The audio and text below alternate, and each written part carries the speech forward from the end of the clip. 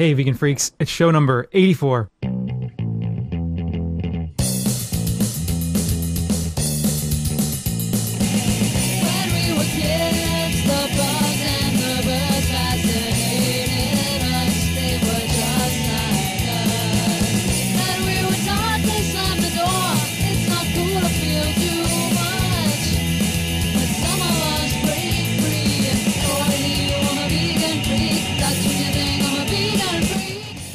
Coming to you from high atop their elite fortress of moral superiority, here are your protein-deficient hosts, Bob and Jenna.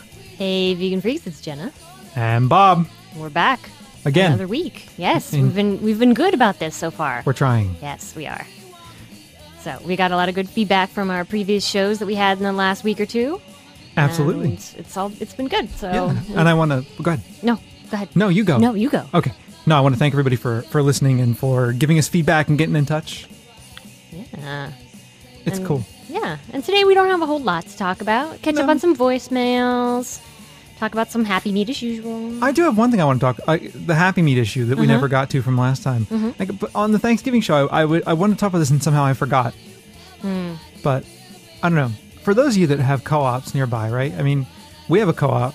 A local co-op we go to, and usually I like it because it's not heavy on the Happy Meat. You know what I mean? It's usually just in this little tiny section in the freezer. Yeah, but it's creeping upward very slowly, reaching is. its meaty killer tentacles northward into the refrigerated cabinet. Yeah, and it's annoying because of course they put it right next to the tempeh and. You should see what I'm doing. Making those tentacles. Anyway, go ahead. Yeah. Anyway, they put it right next to the tempeh and. The bread that I like to buy, and so I have to reach in around it. It's annoying. It's there. Yeah. It's disgusting. But anyway, there's not that much of it. And it's all frozen. I don't think there's anything fresh, right? No, there's not. Okay, so there's not that much Happy Meat at our co-op, but the week before Thanksgiving, it was particularly bad. Outside there's like a porch out front of the co-op, and on the porch were all these boxes full of turkeys. Now, not just turkeys, but, Vermont, quote unquote, humanely raised turkeys. Happy Meat. It's free range. Free range, humanely raised, grain fed, I don't know. Add in all whatever, spoken nicely to before killed. Add in whatever kind of hippie shit you want. That's what was going on with those. And I don't know, it really bothered me. It really bothered me because it was like, the people who are buying these know that these are animals that clearly have suffered, right? They understand. They have some inkling of the idea that the production of their food involves suffering. They just can't see far enough to go, oh, I shouldn't even eat it to begin with. Yeah, that's what I don't understand. People who understand that sentient beings shouldn't suffer, they get that far. Right. But not far enough to stop eating them. No, you wouldn't want to do that. No, though. oh my God, that's too radical. Please, why would you want to do that? I don't know. Crazy woman. Jeez. I know. I'm just one of those crazy, wacky vegans. You're a crybaby. Yeah. You vegan radical, you. No, I think the reason that a lot of people do it is because they really haven't thought it through exactly. I mean, they think animals are there for us to consume, and they don't have any problem with that. They just have a problem with undue amounts of suffering. So I think that's the problem. Right, It's like because the Peter Singer we're issue. supposed to eat animals, right? Well, yeah. It's what we're designed for. It's what God put them here for. Well, even people who don't believe in God believe, I know. in a sense that eating an animal is not. They're like, well, why waste the animal? It's, Right. The animal was meant to sacrifice for us. So I don't know. I just find it troubling. It's like implying that because the animal wasn't as tortured as an animal that was raised in kind of a factory farm condition, that it's okay. And it really bothers me because these are people that I think we could make inroads with. I know, but they seem satisfied to stop at the Happy Meat part. Indeed, it's really frustrating. I mean, we had that voicemail a show or two back about the woman who has a shelter or a farm sanctuary, and the farm across the road from hers, is a regular farm. That was more than a show or two ago. Was it? A show or two ago? Okay, a couple shows ago. Yeah. Anyway, and the cows are happy frolicking around for a little while, but what happens? They all get separated, they get in horrible conditions, and then they're Sure. killed horribly. Exactly. It just doesn't make it any better. So that bothers me. on the way home, I was saying about how I was thinking about going to the co-op and just silently handing out literature next time. Just stand in front on the turkey day, on the day that all the dead turkeys arrive, because they call. I mean, it's a list. You have to sign up for these. You can't just go and buy one at the store, Yeah. right? You have to order ahead of time. Yeah, months ahead of time, they're soliciting you to go buy them. And I was thinking that it'd be a really good thing to just go in front of the co-op and hand out literature. Mm-hmm. You don't agree with me, though? No, I think that would be fine. But yeah, I mean, we will at least put some brochures next to the Happy Bee brochures that they have lying around the store. We should definitely do Happy that. Meat. The local, Oh yeah, that. Have you seen that the Oxford word of the year is locavore? I know. I eat locals. I'm a locavore.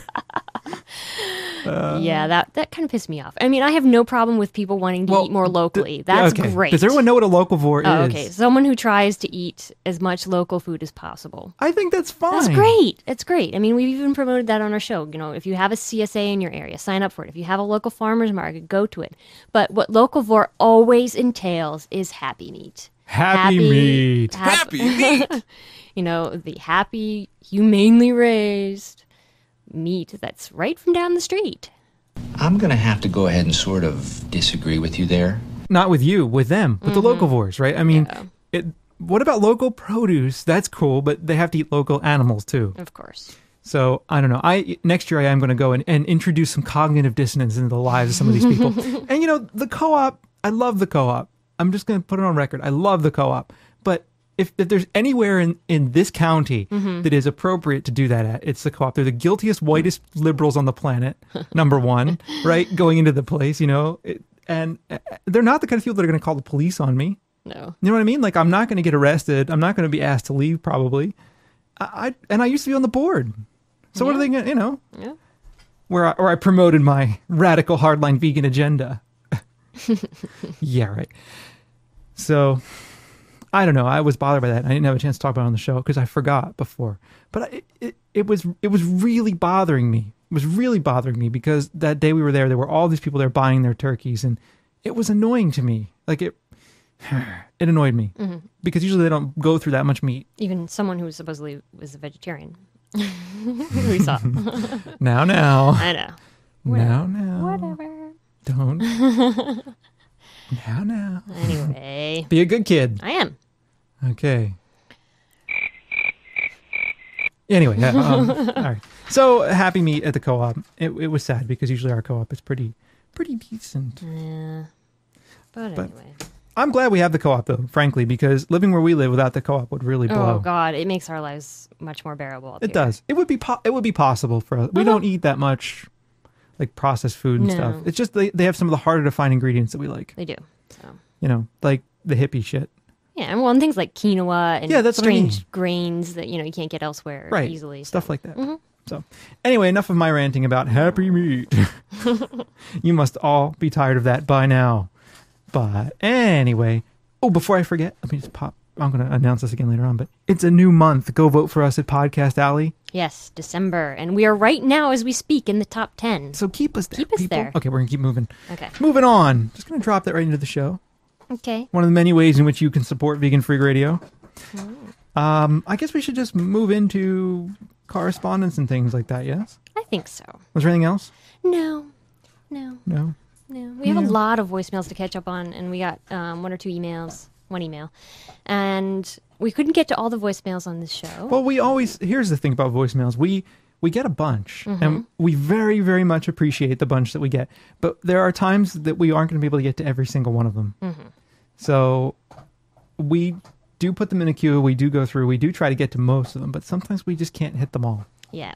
So it isn't that we don't appreciate your feedback or anything. It's just that sometimes we can't really, or we'll take one that maybe summarizes an idea that a couple people have put exactly. in. So we want everybody to have a say in that way. Yep. Another thing too, though, is that weeks like this where the news is slow, like there's not a lot going on. No, there isn't. And my life really, I'm just cranking through, busy working. Not many interesting vegan things have happened in my life, except people ask me why I'm vegan. We've had job candidates coming through my department, and I have to go out to eat with these people. And so they often the veganism comes up. So it's kind of funny how some people talk about it. But if you have questions or things or ideas, you should email us. If you see good news stories, you should email us with them, and that will give us things to talk about. Indeed. And we'd love to hear from you. So. All right. But anyway, moving on. Let's move into an interesting email that we received actually just today. You ready? Oh, yeah, go ahead. Okay. This is Aaron from Minnesota. Aaron says, "Hey, Bob and Jenna, I've been listening to the podcast for about a year now, and I finally decided I need to write in and tell you what a wonderful show you have. Why, thank you very much. That's pretty cool. I find you both to be highly entertaining and informative, even if I am a meat-eating monster." My God. Yes, I am a meat eater, and I really like your show. How can that be?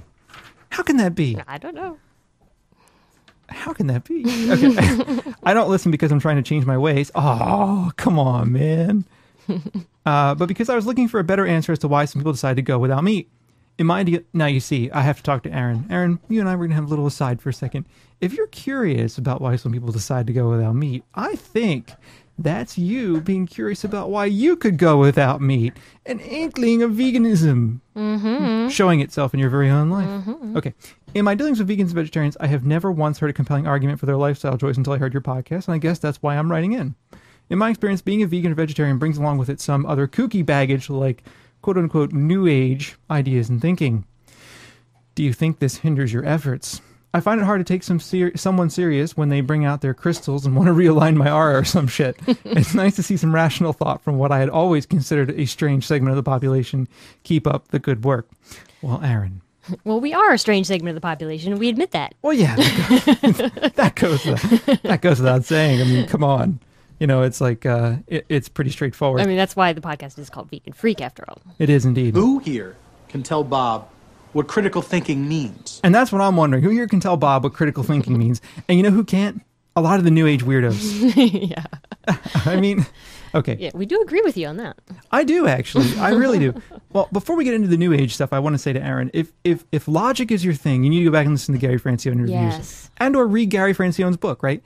Aaron, I know where you're coming from. Prior to my going vegan, I was like, that shit is for crazy ass weed smoking. Okay, I wouldn't have modified weed smoking like that. I would have said just crazy ass hippies, right? Because I don't really think there's anything wrong with smoking weed.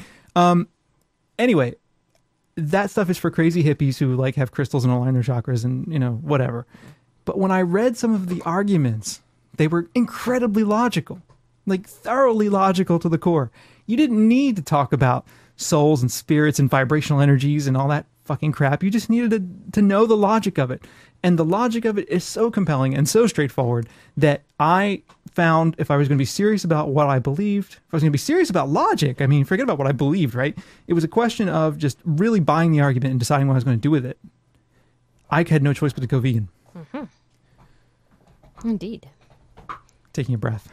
Okay. So, that's kind of why I think we need to pay more attention to the logical questions, logical aspects of it.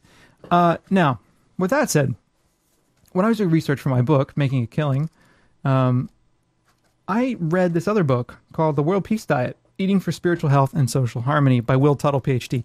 I read the book because it was recommended to me. People had said, this is a really good book, you should read it. Those people were clearly smoking a lot of marijuana. or crack, or they'd been dropped in their heads when they were children. No, it is a good book in some ways, right? It's a good book insofar as it does a really nice job kind of linking together kind of the aspects of our food choices, right? How the choices we make have concrete effects. I like that aspect of the book. I thought that was done really well and very powerfully. And it's well written, right? That's almost like saying, oh, he's a nice person. It's like, it was well written. But there was this one part of the book that really just got under my skin and annoyed the shit out of me. And it was just this, like, this is the kind of thing that Aaron is talking about and that I don't like either, okay? And it's in the book, Will Tuttle talks about how the foods that we consume have vibrational energies involved with them. Vibrational energies, okay? And he says here, if we take another look at the egg, bacon, or cheese we are purchasing and eating, we see clearly that it is a living, vibratory embodiment of cruelty, violence, enslavement, terror, and despair. Now, You don't need to talk about vibrational fucking energies to argue that certain foods are embodiments of cruelty. But he adds this hokey layer of vibrational energies to it. You know, it's like, ooh, mystical. And it just becomes fucking ridiculous. You know what I mean? In my opinion. It does, because you could say something like, okay, when the animal is killed, there has to be a physiological reaction, because the moment before they're killed, they're, so fearful and shocked and just stunned, and all this horrible stuff is going around. There's got to be some sort of physiological reaction that goes on in their bodies to that, Absolutely. I would think. I mean, at that level. And then, so the meat that you're eating is an embodiment of all of that. Well, yeah, I mean, at a physiological level. Right, physiological. Absolutely. I mean, he talks about here like the vibrational field of people who are preparing food is a form of prana and can increase or decrease the food's healthy vibration. I mean, like, really? Dude, really? Really? What is this what they're teaching people in PhD programs at Berkeley? Because that's where he has this from. Like, I don't understand. It's like, I got a PhD from Cornell where, like, there are plenty of hokey, fake, weird, crazy people there, right? Who are into the vibrational energy shit. But if I had once said vibrational energy during any aspect of my graduate career, I would have been roundly laughed out of the room. I mean, I don't know. Maybe the problem is with Bob. Maybe I'm too wedded to this reality. Maybe I'm too close-minded to like open it up and like accept the world powers and the energy like flowing into me. But I actually think that stuff like this is hokey, and I think it really I think it makes us look a little goofy when we have such good arguments that exist for why to avoid animal products. I mean, That's true. Arguments that I think are so thoroughly logical. And he actually talks about those arguments in this book, but they're marred by this kind of new age hokey bullshit about vibrational energies. And I just think it's so strange. I don't know. It's like between idiots at PETA who dressed up in chicken costumes and stand in front of KFC and the vibrational energies crowd. No wonder the fucking world thinks we're crazy. Yeah. But I'd like to add, in response to all of this in the email that, vegans are an extremely diverse bunch. Oh, God, yes. So you can't just base, all vegan, your perception of all vegans on, the hokey New Age vegans, because they only represent a small segment. In fact, I would say that most New Age hippie types are the happy meat crowd. I think that's true, too, because I've gotten more of that than the veganism from kind of the New Ager crowd. Like, we need to, like, say a prayer for the animal, like say joyous things to it, and like, you know what I mean? Right, exactly. I've gotten more of that from them rather than we should just avoid it altogether.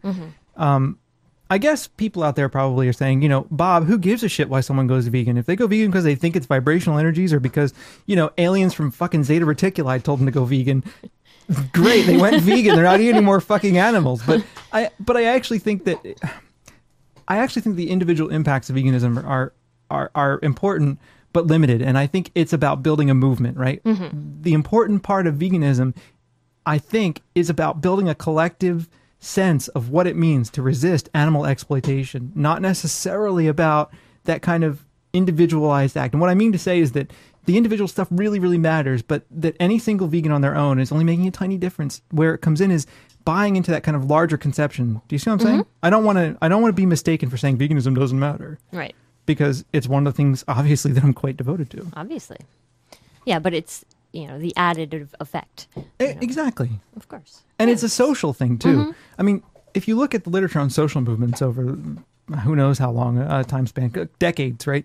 A lot of literature on social movements actually argues that social movements make some of their biggest impacts in changing cultural perceptions.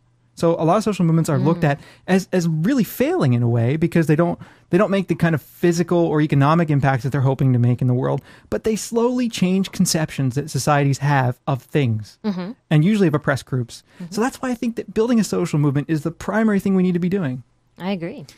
So while I guess would I accept the vibrational energy people under the umbrella of the social movement? I'm sure I would. I mean, I actually, if truth be told, there's more in this book that I agree with than I disagree with. I mean, I think it's actually a fairly powerful book, and for some people it is.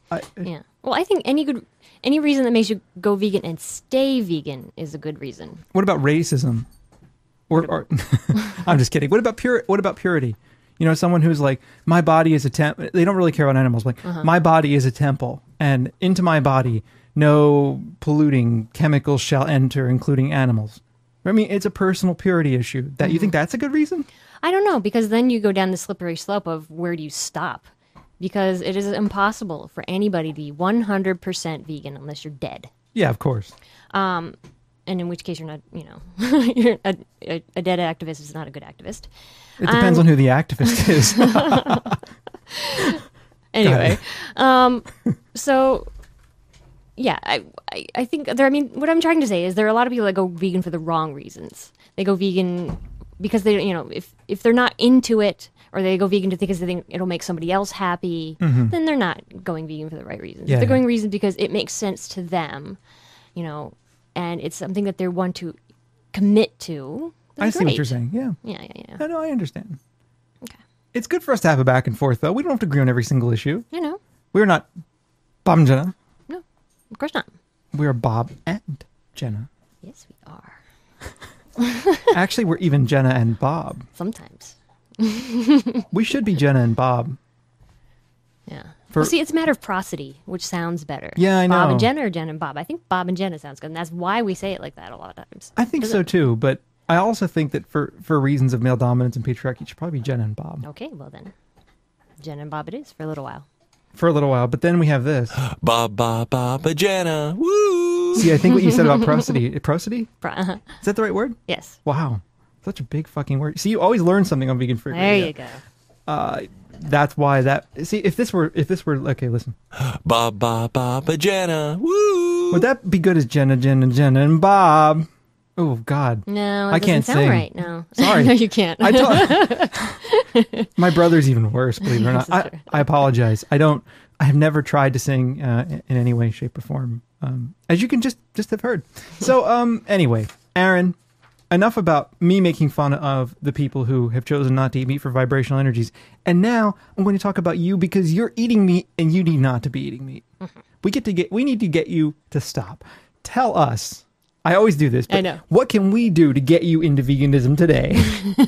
What can we do, Aaron? Send us an email.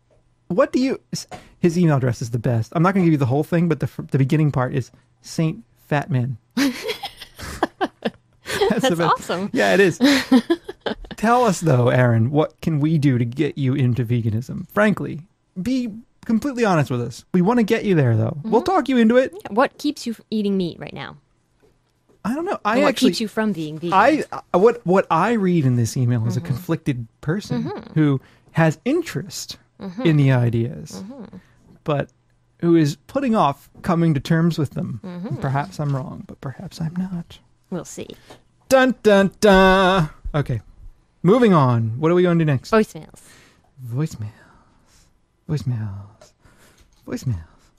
Time once again for some vegan freak voicemail. Maybe we'll hear from a hot chick or a choice male. Callers make us happy and help us keep our sanity, even if all they wanna do is fucking complain about the shitload of profanity. Hey freaks, my name is Dave. I'm 34, going on 35 next month, from the Buffalo, Niagara Falls area in New York. Not too far from you guys, actually.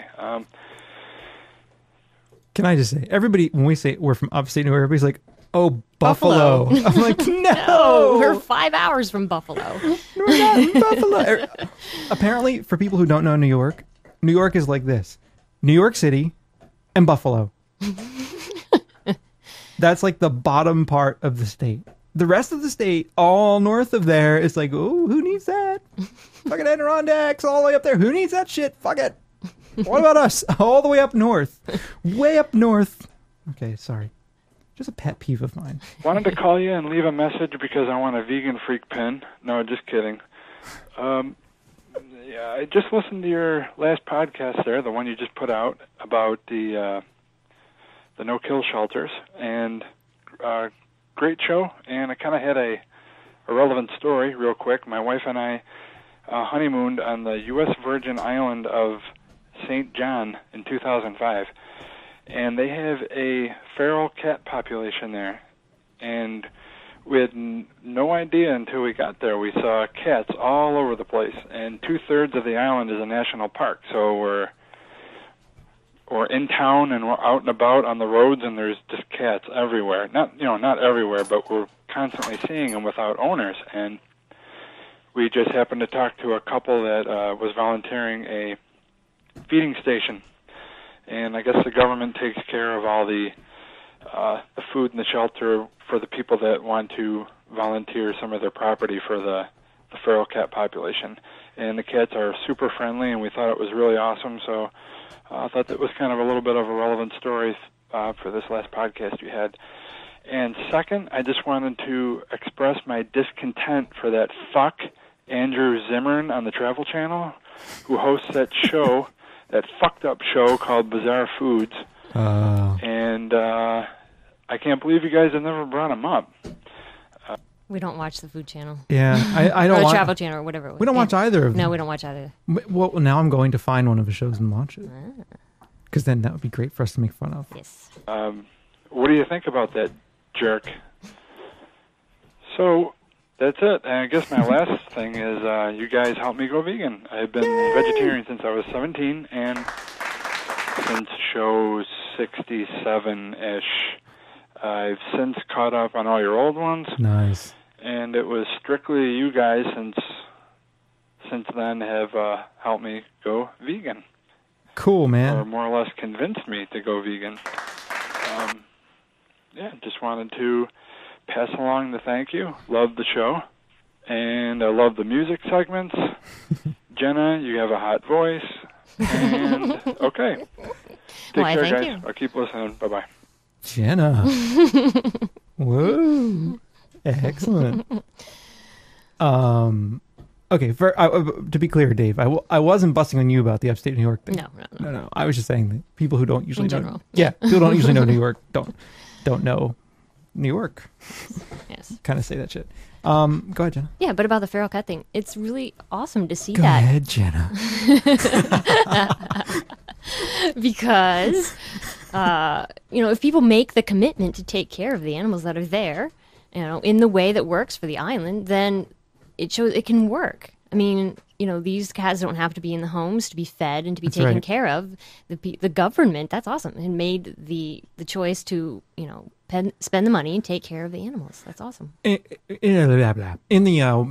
Nathan's book, he raises the point that we should think of feral cats as wild animals. Mm-hmm. And he said, would any animal rights activist in their right mind go out and propose that we start killing raccoons and possums? No. So why should we go out and kill feral cats, which are in every way like wild animals? Mm-hmm. Well, I thought that was a really compelling point. And what it requires is, creative solutions to deal with the issue, not just killing them. Exactly. So cool with that. Dave, thank you for listening. I'm glad we got you to go vegan. Yeah. That's awesome. Congratulations on that. I'll have to check out that guy on the Travel Channel. I'll go back and listen and get the exact name. Yeah, in fact, we don't watch the Travel Channel, the Food Channel, exactly because of fuckheads like that. That's true. Normally, I just get too angry. Jenna gets really angry. Like, I do. I can sometimes watch it if there's not a lot of gory or graphic depictions of the things that they're killing and eating. Jenna, however, she can't watch anything that annoys her. Fox News, for example. No. I can watch it and laugh at it. You, however. No. And anything with Anthony Bourdain or whatever his name is, no way. Christian Broadcasting Channel. I like to watch that because I was watching it. Well, I think I told the show a long time ago that I was watching and there was this guy on there talking about the demons that were possessing him and stuff. And I thought that was really funny, but you found it just plain annoying. So anyway, Dave, cool. Thanks for calling in with that. I think it really lends a lot of interesting dimensions to the arguments that we were talking about on the last show. Hi, Bob and Jenna. This is Marina calling from Richmond, Virginia. And I just wanted to pass along the good news to you that I actually had a very wonderful vegan Thanksgiving here in Richmond. Yay! Because Richmond actually has a vibrant vegan community. And the Vegetarian Society of Richmond puts on an alternative dinner for every American holiday. Before you feel concerned about that they're vegetarian, actually every meal and every potluck that they have is completely vegan, to be fair to everyone. And right now, I'm in the middle of preparing a raw vegan dinner for Nice. our raw vegan meetup here in Richmond, which is also very popular and very vibrant. So I just wanted to pass it along to anyone listening in Central Virginia who thinks that they don't have any support and don't know anyone to reach out to. There are two great groups here in Richmond, and they're both in meetup.com. You can look them up and come join us for any of our wonderful potlucks, one of which is coming up on December 8th, I believe, which will be a vegan Christmas or holiday potluck. And there's also going to be a raw one as well. I really love your podcast. It's really inspirational. Keep doing what you're doing. Thank you. Bye-bye. Well, thanks, Marina, and kudos to you for actually getting together and doing a raw vegan dinner. That's awesome. And for sharing the information in case anyone is out there in Central Virginia who needs to know. Yeah, I think it's good stuff. I mean, this is important. Vegans do stuff like this. I mean, this on the ground, every single day work of just kind of getting together and creating networks for people so that they don't feel so lonely. Yeah. Because you can get really lonely being a vegan sometimes. You can. And that's why we keep doing the show. Indeed. Partially. It is. That because we help people. I feel like we help people go vegan. Yeah. You know, Dave said that. When I hear voicemails like that, I'm like, more shows. Yeah. Because if it helps, it helps. All right. All right. Hey, this is Nathan calling from Phoenix, Arizona. First-time caller, long-time listener. Sweet. I'm calling you the day after Thanksgiving. So I had Thanksgiving with my grandparents' house. And every year for Thanksgiving, it's always a tricky matter. I don't know if there's going to be any food there for me. I don't know if I should eat before I go or bring my own food.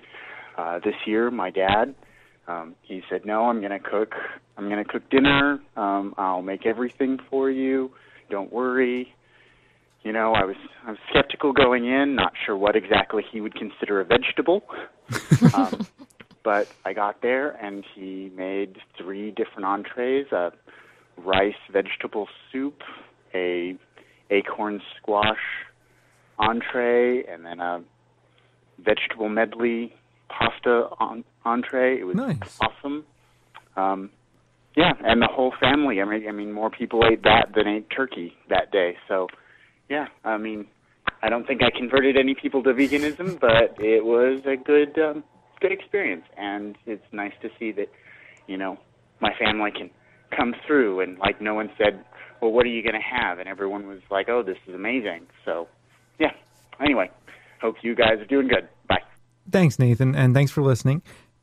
That's cool. Yeah, it's like you were saying earlier, Bob, that it's all about changing perceptions. Yeah, man. So if you perhaps change their perception of vegan food, even for just one day, that's awesome. You know, and it sounds like you had a great time with your family. I mean, I think with our Thanksgiving support show, we sounded a little dire because we were talking to all the people who were really upset about the holiday. That's true. And there are a lot of people out there who weren't all upset about the holiday because they were going to have good families who are understanding and who did awesome things for them. And we need to applaud those people and for their support of all the vegans out there. So absolutely not. I mean, I hope we didn't sound too negative, but you know, a lot of people have a hard go of it, but it's cool that Nathan didn't, and his family is to be very much commended for that. Definitely. And I think most families can be brought around to that idea. It just takes a little bit of time. Yeah. So, good stuff. Hey, vegan freaks, it's Mahana calling from Honolulu, Hawaii. I just wanted to tell you guys my kind of Thanksgiving revolution.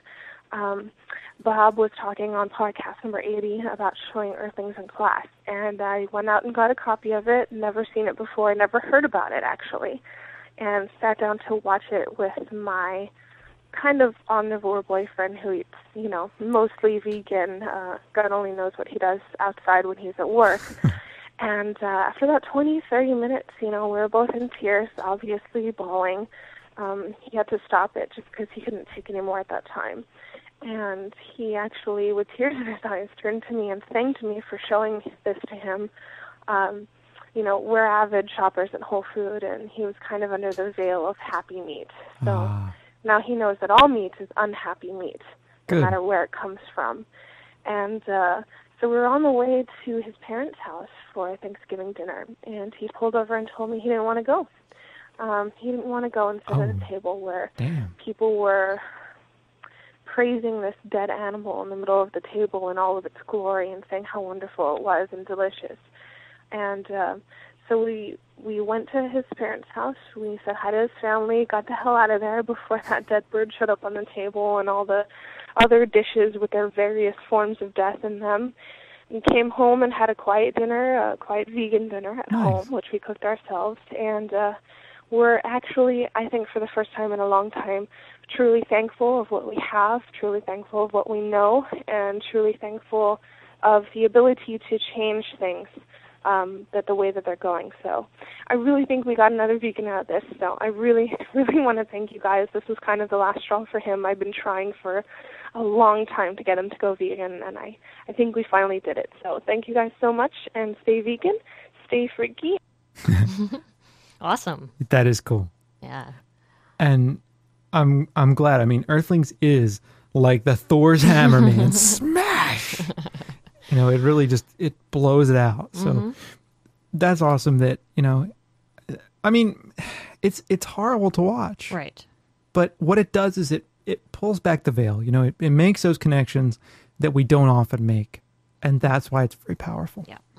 And I'm glad it was able to get your boyfriend to finally go vegan. Hopefully we can keep him vegan. Yep. I think we can. I think so too, especially because he is your support. That true. Helps. That really does help. And, you know, if he was at the point where he didn't want to go to Thanksgiving, that's a really telling indication of it. Yeah, because holidays are usually the hardest times to make a stand like that because you don't want to offend your family, you don't want to be the sore thumb sticking out, et cetera, et cetera. So. But, you know, what was interesting, too, in my animal rights class, we've been talking about these issues all semester, and I asked how many people went and ate turkey on Thanksgiving, and a bunch had, a bunch hadn't.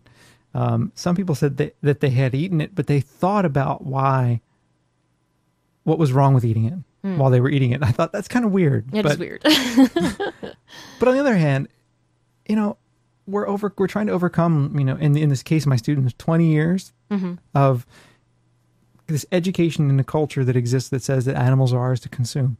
And so, you know, it'll take time. I think I've planted some seeds there. I think that's what we need to do. And people always think that's a failure, but you have to plant the seeds and things start churning and keep churning. That's true. That's true. In the right situations. So. Well, it's cool that, you know, you planted the seeds for your boyfriend.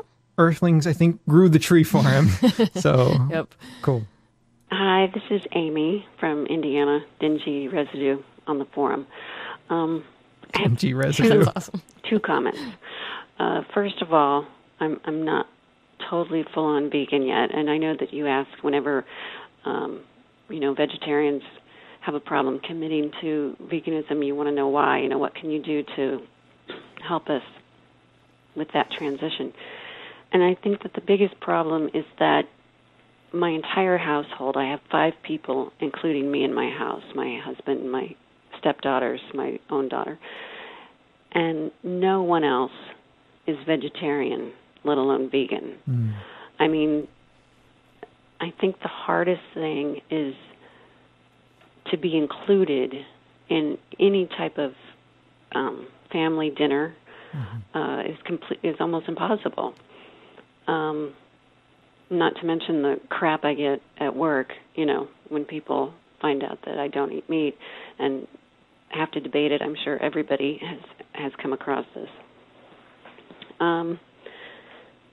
So you know, it's I'm kind of envious because the 2 of you are both vegan, you live together, you know, it's much easier when you share that, you know, but in my situation, it's a little bit harder. You may say I'm whining, but, you know, I don't think so. Not at all. Where I'm at. My second point was totally on a different subject, as far as parenting.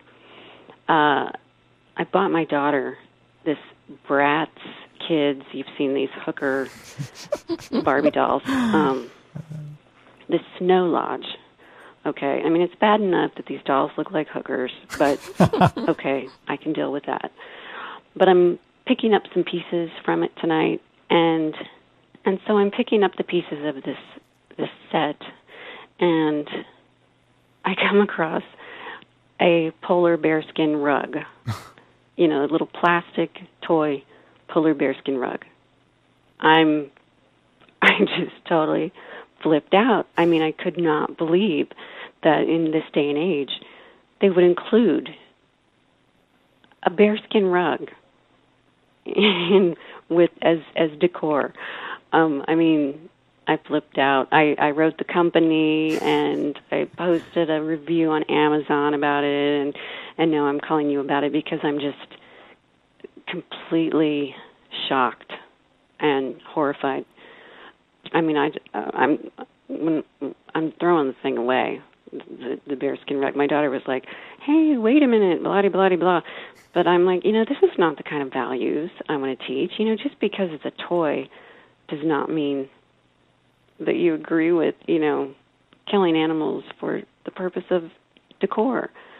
Oh, it's disgusting. So anyway, I wanted to share that.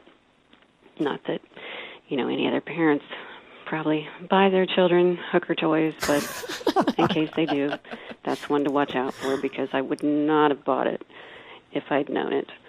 But as to point one, like I said, any support or any advice would be appreciated because I do definitely want to commit to this. It's just such a fight right now in my environment. So thanks for listening, and I really enjoy your podcast. Thanks. Bye. Thanks, Amy. Man, well, let's start off with the politically incorrect toy. Work backwards. Yeah. I mean, that's crazy. I mean, especially considering right now, like the whole resurgence of the environmental movement, and the polar bears are like the thing out there that are like, standing in for, the ice caps are melting and the polar bears are suffering and everybody's concerned about this, so it's crazy that they would include that. Well, I mean, a problematic toy from two aspects. Yeah. I mean, first off, it sends the idea that speciesism okay, and secondly, it sends the idea that sexism is okay. Right. So both, I think, are equally troubling. Yeah. But anyway, on to the first point, that's a tough situation to be in. And you're right, Bob and I are extremely lucky to have each other. We are. To live in a vegan household. But, I don't think it means, one thing you said in there, Amy, is that, it means that it's difficult to have family get-togethers and things like that. I don't think it has to be necessarily. Right. I guess it depends on the people around you, right? If they're giving you shit constantly about it, that can get frustrating. But usually that stuff is short-lived. If you deal with it in the right way, often it's short-lived. And so it can tend to be like one of these things that just kind of a dynamic that just evolves, right? You have a family get-together and perhaps there is some kind of meat or other animal product present, but that doesn't mean that you have to have that, right? You can make something for yourself in those situations. And so what becomes important then isn't the food that's defining the situation, but rather the get-together, the family, the connections. Right. The fact that your family is all together is what is important. Right. Right. So go ahead. Yeah, and I think if you take a really positive attitude towards this, like, hey, I'm a vegan, it's really important to me, and I'm going to show you, look, all these great things that I'm eating, not make a big deal out of it, not talk about, the AR stuff right away. Sure. Maybe if they ask you questions about it, then talk about it. But be like, hey, this is really important to me. This is part of what I believe, and show them through your actions that it's so important to you. I agree. And I think in time it'll probably get easier, but it's important that, if this is how you feel and it's, if this is what you believe, that sounds so dire. If this is what you believe and this is what your ethics are, I think it's important that you stand by them. Even if it creates a little bit of difficulty, I think often that stuff tends to be, I really think it does tend to be short-lived if you can just tough it out for a little while. Mm-hmm. And I want to put out a call to all those people out there who are in this situation, sure, and who are making it work. How do you make it work? And I know it's different for every family, depending on the dynamic. But, give us a call. Send us a voicemail. Send us an email. And I can think of a few examples, and I don't want to call them out, that they should, call in and let us know. Because, you're right. We're not in that situation. And we can give you some advice of what we think might work. But, I want to hear from the people who are making it work. Yeah, I agree. I that's a really good way to do it. But I don't think you're whining. I mean, it's there's no doubt about it that it's difficult. We recognize that it's hard, and there are no really set solutions. It depends on the context, and it depends on how long it gets people to understand that you're serious about it. and it's a challenge. There's no question about it. Definitely. Man, I just feel like we didn't really tell her anything useful. I know, but it's so hard because without knowing, what the rest of the family's like, are they really picky eaters? Is that part of the problem? Are they, giving you a really hard time about it? Are they complaining about it? Do you just feel left out? Are they making you feel left out? Yep. What's the dynamic here? So I don't know. It's rough. But it's cool that you want to make the change, and that's the most important step, that you want to make the change. And you don't have to bring everybody along with you, but you maybe perhaps just ask them to respect what you're doing differently. Sure. And yeah, we should hear from people who do make it work. I know there are people out there listening, like I know that there are too. So, well, Amy, hang in there, and good on you for giving the toy manufacturers shit. And now Jenna has told me that this theme music is appropriate.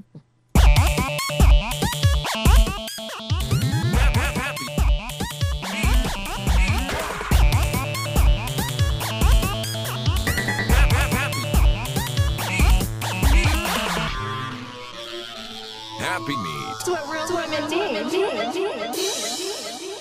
So why am I playing the Meat Makes You Stupid segment? Because we got a couple of voicemails about stupid Omni comments. Hey, Bob and Jenna. This is Martha, Delmar831 on the forums, and I'm calling because I had a very frustrating situation come up that I pretty much need to rant about. I was at dinner, of course, with my niece, and actually two of my nieces, one of which is vegan, the other is not. The one who is not vegan used to be a vegetarian, but now pretty much eats whatever you put in front of her. So anyhow, the niece who is an Omni just so happens to be married to a vegan. And they've been married for about a year now, and she mentioned at the table that she gave her husband a piece of cake that had milk and eggs in it. And she just said, "Here, have this." And, he trusted her, ate it, and then she later told him that it had dairy and eggs in it. Me and my niece were just flipping out. The niece who is vegan, she was like, "What did you do? Oh, my God." And I just was yelling, pretty much telling her, "Oh, my God, he trusted you." And I just felt really, really disappointed and really frustrated in that. I just think it's so cruel that she had done something like that to her own husband. And her excuse was that he needs to not be vegan anymore because it's not good for him. And unfortunately, her husband also is to blame because now he's slowly eating dairy products. So, I'm pretty disappointed in him as well. Yeah. So anyway, I just thought I'd rant about that disappointment that happened and how fucked up people can be when, you think you can trust them and then all of a sudden they try to pull a little switcheroo like that. So hopefully I'll be calling you with a better story next time, a happier one. Oh, man. You know what eating dairy products is, don't you? What? Not vegan. Definitely not. Not vegan. And so does this guy still go around calling himself vegan? Probably. That's really cruel. No shit. And his wife may not get it.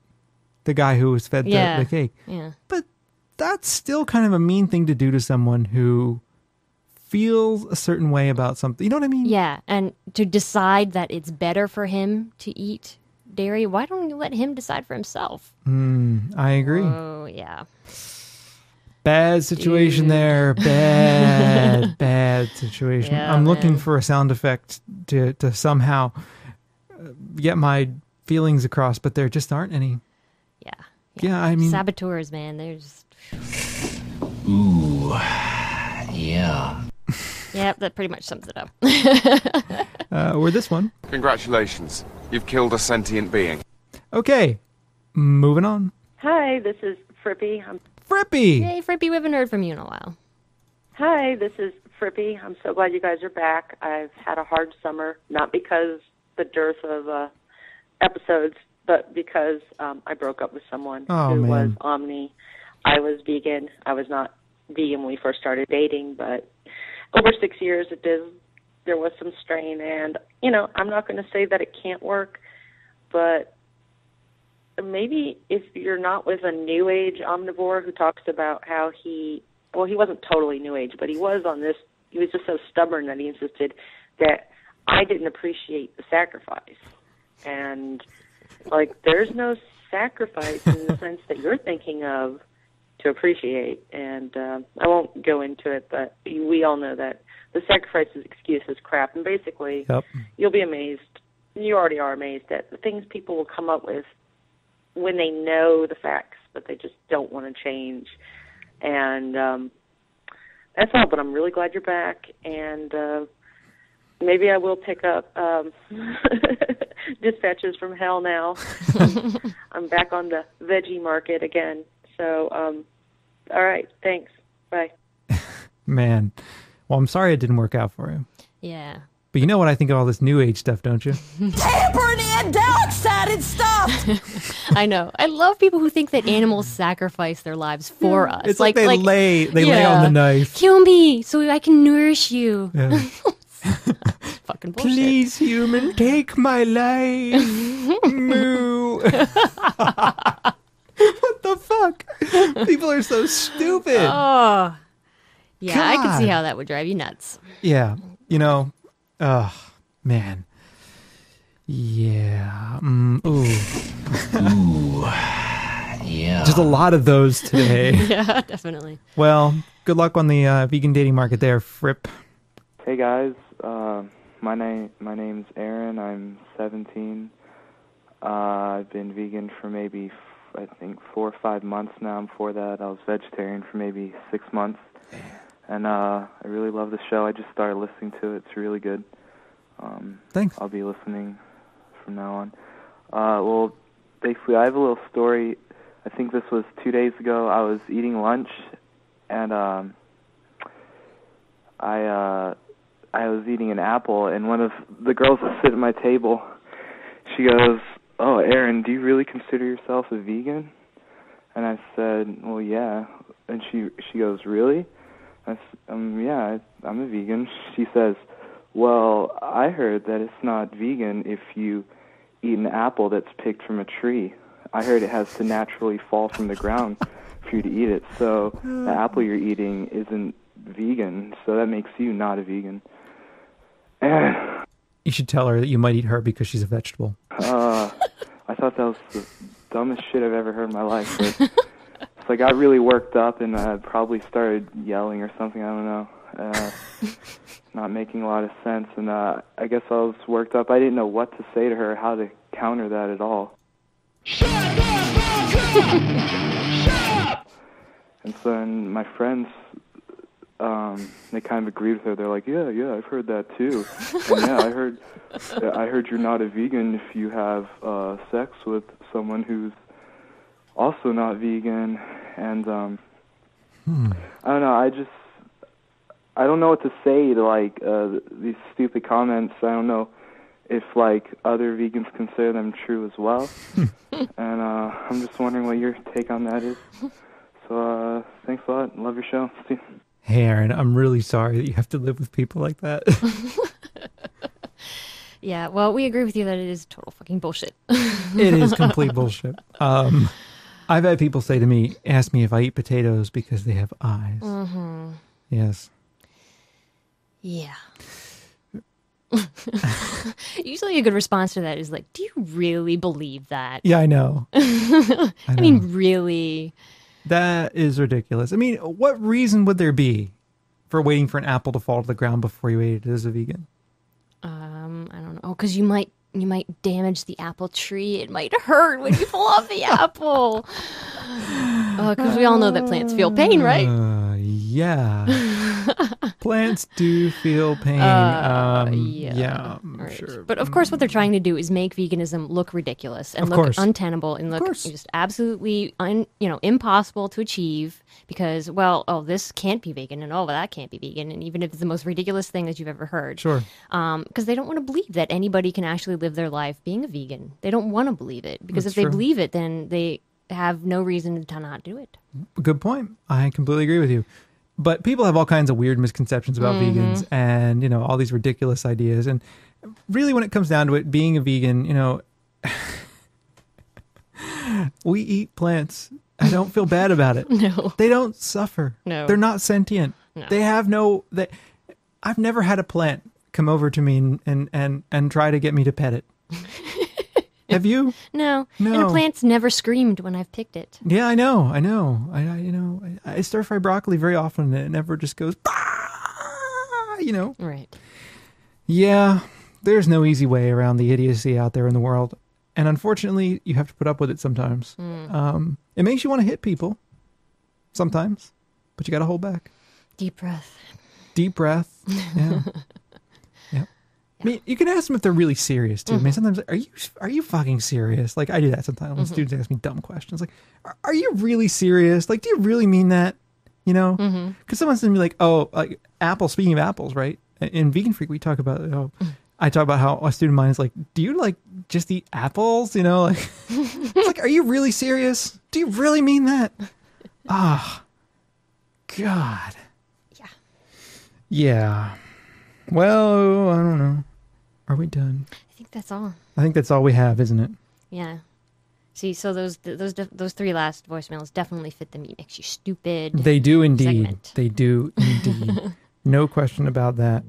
A couple quick things before we call it quits for this week. Number one, 5th emailer to give away at veganfreakradio.com. GIVEAWAY. If I like the Red Hot Chili Peppers, I'd play the give it away now. Giveaway at veganfreakradio.com. 5th emailer will get a free copy of Making a Killing, The Political Economy of Animal Rights, that excellent book written by yours truly. That's right. We're going to do that for a little. We'll do this week and maybe we'll do another next week. Okay. A giveaway. Secondly, we want to ask you to remember to please put up nice reviews for us at the iTunes Music Store. If you enjoy the show, go leave us a review at the iTunes Music Store. It helps us get featured on the iTunes Music Store category page for our category, Health, where we are often featured but like to continue to be featured. Exactly. Because it gets people into the show and listening. Yes, and when we're at the top 10 on Podcast Alley, we show up on the front page as well. So that gets people listening too. So podcastalley.com, go vote for us there as well. You can add us as a friend at MySpace. I'm actually checking it every so often now. MySpace.com/veganfreak. I put up bulletins when I put up new shows. You can get on our email list at veganfreakradio.com. You can leave us voicemails at 267-295-1944. You can email us at show@veganfreakradio.com. What else? I think that's probably about it. Come to our forums. Yeah. I'm falling out of the chair. I'm all tangled up. falling out of the chair. Yes. And now I have to go outside and shake my fist at all the snowmobilers. Hey, you meddling snowmobilers! Fuck you! Fuck you! I'm going to be a great old man. I can't wait. I can't wait. Frickin' kids! Damn it! Fuckers! Rah! See you next week. Bye.